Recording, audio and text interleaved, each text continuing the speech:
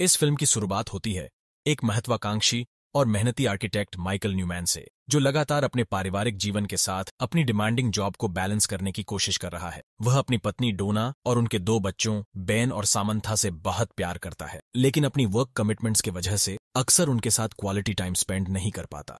वो सुबह उठता है और टीवी रिमोट को ढूंढता है, लेकिन टेबल पर बहुत सारे रिमोट होने की वजह से सही रिमोट नहीं मिलता और उसे गुस्सा आ जाता है। उसके बाद माइकल ऑफिस चला जाता है। वहां उसका मुलाकात उसके बॉस से होता है, जिसका नाम जॉन एमर है। उसका बॉस उसे एक प्रोजेक्ट डिजाइन करने का काम देता है, लेकिन माइकल उस काम को कुछ दिन बाद करने को कहता है, क्योंकि उसे उसके फैमिली के साथ टाइम स्पेंड करना है। लेकिन उसका बॉस आज से ही शुरू करने के लिए कहता है। माइकल को आज शाम उसके बच्चे के स्विमिंग कॉम्पिटिशन में प्रेजेंट रहना होता है। हालांकि जैसे तैसे करके वो पहुंच जाता है। उस रात माइकल अपनी फैमिली को लेकर बाहर डिनर करने ले जाता है। डिनर करते वक्त उसे उसका बॉस से कॉल आता है और वो कॉल में बिजी रह जाता है और अपनी फैमिली को बिल्कुल भी टाइम नहीं दे पाता। उसके बाद सब घर चले आते हैं और माइकल टीवी चालू करने के लिए रिमोट हाथ में लेता है, लेकिन गलत रिमोट हाथ लगने के कारण उसके सर पर चोट लग जाता है और वो चिल्लाने लगता है। वो अब एक अच्छा रिमोट खरीदने के लिए बेड बैथ एंड बियॉन्ड शॉप चला जाता है।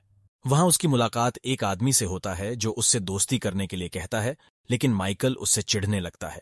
आगे बढ़ने पर उसे एक बेड दिखाई पड़ता है और वो वहां पर सोने लगता है, क्योंकि वो अपनी जिंदगी से थक चुका था। उसे उसके बॉस ने बहुत परेशान कर रखा था। लेकिन तभी उसे स्टोर के अंदर एक दरवाजा दिखाई पड़ता है। वह उस दरवाजे के अंदर चला जाता है। उसका सामना एक एक्सेंट्रिक आविष्कारक मोर्टी से होता है।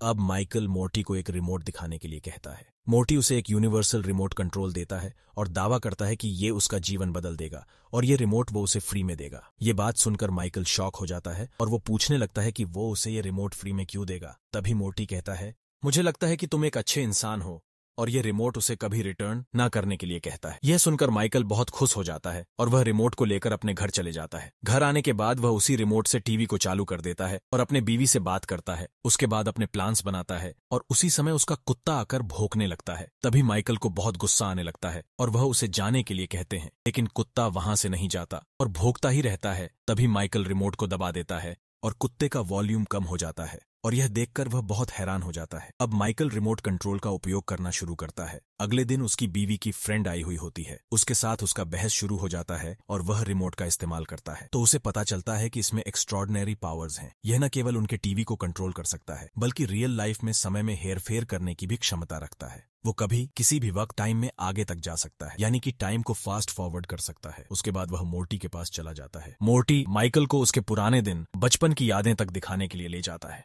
माइकल अपने जीवन में अनप्लेजेंट मोमेंट्स को तेजी से आगे बढ़ाने के लिए रिमोट का उपयोग करना शुरू कर देता है। वो इसका इस्तेमाल अपनी पत्नी के फालतू आर्ग्यूमेंट्स करना, बोरिंग सेक्स से छुटकारा पाने, बोरिंग फैमिली डिनर्स और यहाँ तक कि स्ट्रेसफुल वर्क मीटिंग से बचने के लिए करता है। अब डोना माइकल को उसके साथ सेक्स करने के लिए पास बुलाती है, लेकिन माइकल को अब ये सब पसंद नहीं था, इसलिए उसने सेक्स टाइम को फास्ट फॉरवर्ड किया। सेक्स करने के बाद डोना उसे उसके डैड के बर्थडे गिफ्ट के बारे में पूछती है, लेकिन माइकल को कुछ याद नहीं था, क्योंकि उसने उस वक्त भी टाइम को फास्ट फॉरवर्ड करके आगे बढ़ गया था। इसलिए वो अब मोर्टी को कॉल करता है और मोर्टी वहां आ जाता है। मोर्टी माइकल को कहता है कि रिमोट को फास्ट फॉरवर्ड करने से वह ऑटो पायलट मोड पर चला जाता है, इसलिए उसे कुछ याद नहीं रहता है। यानी ऐसा करने से सिर्फ दिमाग भागता है, लेकिन बॉडी बही की बही रहती है। उसके बाद मोर्टी माइकल को कहता है कि उसकी बीवी बेहद खूबसूरत है, उसकी फिगर क्या मस्त है। माइकल ये बात सुनकर मुस्कुराने लगता है। उसके बाद मोर्टी वहां से चला जाता है। अगली सुबह माइकल ऑफिस जाता है और उसके बॉस उसे कहता है कि एक प्रोजेक्ट को पूरा करने के बाद वो उसका बिजनेस पार्टनर बन जाएगा। अब वो प्रोजेक्ट डिजाइन को पूरा करने के लिए टाइम को फास्ट फॉरवर्ड कर देता है और प्रोजेक्ट को पब्लिश करने के दिन एक पार्टी में बहुत सारे बिजनेसमैन आते हैं। जब कुछ लोग बात कर रहे होते हैं, माइकल रिमोट की मदद से वॉल्यूम हाई करके सुन लेता है। तब उसे पता चलता है कि बे लोग उसके प्रोजेक्ट डिजाइन को बेकार और घटिया कह रहे थे। तभी माइकल उस प्रोजेक्ट को उनके सामने फाड़ देता है और उसके बॉस के कंपनी को एक और मौका देने को कहता है, ताकि वो उन्हें अच्छी प्रॉफिट दिलवा सके। इस बात से बे सभी लोग और उसके बॉस बेहद खुश हो जाते हैं। उसके बाद माइकल अपने घर आता है और वो अपनी बीवी को बताता है कि वो अब उसके बॉस के पार्टनर बनने वाला है। ये बात सुनकर डोना बेहद खुश होती है और वो बताती है कि उसने आज वही गाना सुना जो उनके फर्स्ट किस के दौरान बज रहा था। लेकिन माइकल को कुछ भी याद नहीं था, इसलिए उसने रिमोट की मदद से पास्ट में जाकर पता किया और उसने डोना को कहा कि वो गाना उसे आज भी याद है।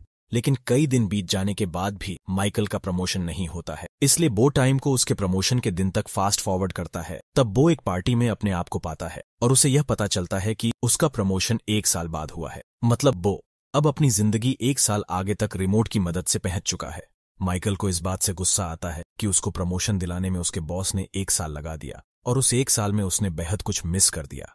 तब कुछ टाइम बाद उसे पता चलता है कि अब उसके बीवी के साथ बेहद झगड़े होते हैं और रिमोट में एक नया फीचर्स डेवलप हो चुका है, जिससे रिमोट अब ऑटोमेटिक फास्ट फॉरवर्ड करता है। यानी माइकल की लाइफ अब ऑटोमेटिक फास्ट फॉरवर्ड मोड पर ही चलेगा। ये बात जानकर उसे बहुत दुख होता है।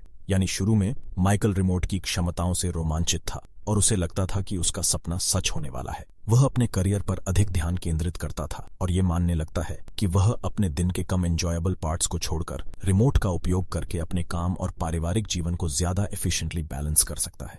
हालांकि जैसे जैसे समय बीतता है, माइकल को एहसास होने लगता है कि रिमोट का उपयोग करने के कुछ अनइंटेंडेड परिणाम होते हैं। उसे यह बात पता चलता है कि रिमोट नेगेटिव मोमेंट्स को स्किप कर सकता है, लेकिन यह पॉजिटिव मोमेंट्स को भी स्किप कर देता है, जिससे उसे अपने परिवार से अलग होने का एहसास होता है। वो अपने बच्चों के जीवन की इंपॉर्टेंट इवेंट्स को याद करता है और डोना के साथ उसका रिश्ता तनावपूर्ण हो जाता है, क्योंकि वह उसके साथ समय बिताने को निग्लेक्ट करता है। जैसे जैसे फिल्म आगे बढ़ती है, उसे पता चलता है कि रिमोट धीरे धीरे उसके लाइफ को कंट्रोल कर रहा है और उसके ना चाहने पर भी ऑटोमेटिकली उसके एग्जिस्टेंस के कुछ हिस्सों को स्किप कर रहा है। वह रिमोट की शक्तियों से हुए नुकसान को ठीक करने के लिए रिमोट का उपयोग करने की कोशिश करता है, लेकिन रिमोट उस तरह रिस्पॉन्ड नहीं देता जैसा वह चाहता है।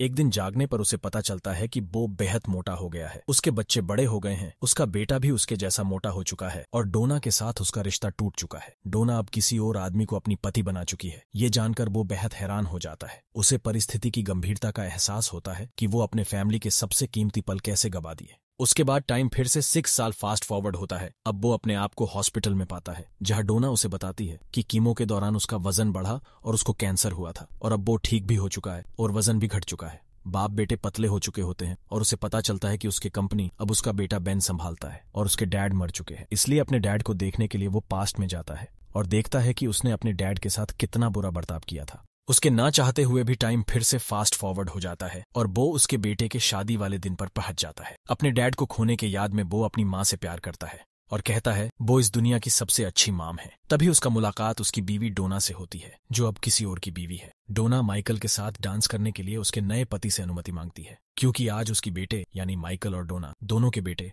बेन का शादी है। इसलिए वो डांस माइकल के साथ करना चाहती है। डांस करते वक्त उसे हार्ट अटैक आ जाता है और अगले पल बो अपने आप को हॉस्पिटल में पाता है। उसे मिलने के लिए उसका बेटा और बहू मिलने आए हुए थे। उसका बेटा माइकल को उसके तबीयत के बारे में पूछता है।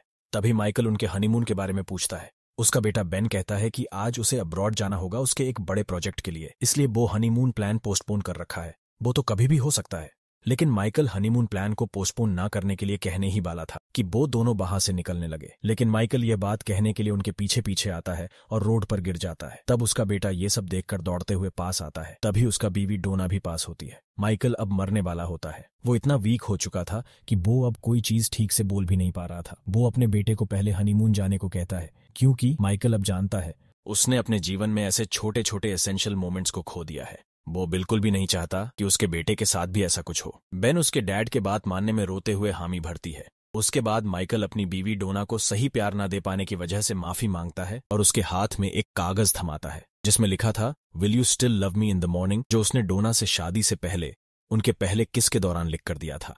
ये पढ़कर डोना जोर से रोने लगती है, क्योंकि इतना सब कुछ होने के बावजूद आज भी माइकल को वो दिन याद है।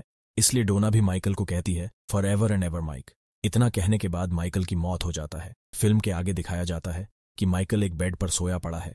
ये वही बेड और जगह होता है जहां बो रिमोट खरीदने गया था। जब बो जागता है उसे पता चलता है कि ये सब एक भयानक सपना था और बो अपने आप को आईने में जवान देखकर अच्छा महसूस करता है। अब बो जल्दी से घर पहुंच जाता है। उसके बाद एक नई समझ के साथ माइकल डोना और उसके बच्चों के साथ सामंजस्य बिठाने की कोशिश करता है और अपनी गलतियों के लिए अपना प्यार और अफसोस व्यक्त करता है।